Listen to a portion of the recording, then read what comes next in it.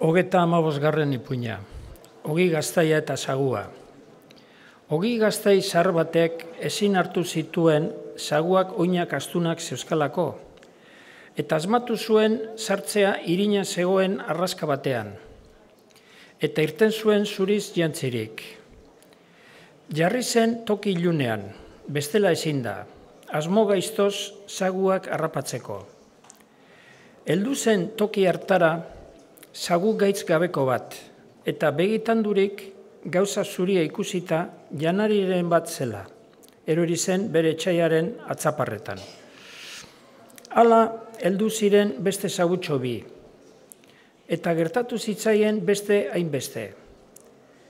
Heldu zen arratoi zahar asko jakin eta beti zebilena ondo bazter eta gauzei begiratzen, erori ezedin lakioaren batean.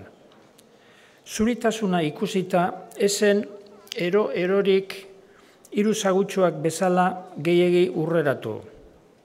Igarri zion irin hutsa ezela, bazebilela gauza biziren bat hilaran itxurapean. Diotsa, sagu harrapatzaile, arnaza ito nahi duzuna eta soineko zuriz estalirik zaudena. Asmo horiek on eta egokiak dira sagu gazte eta gutxi jakinak harrapatzeko ustekabean. Ez ordea ni bezalako soldadu zahar zure eta zu bezalakoen asmoak ondo ikasirik dauzkanak atzaparretara eramateko.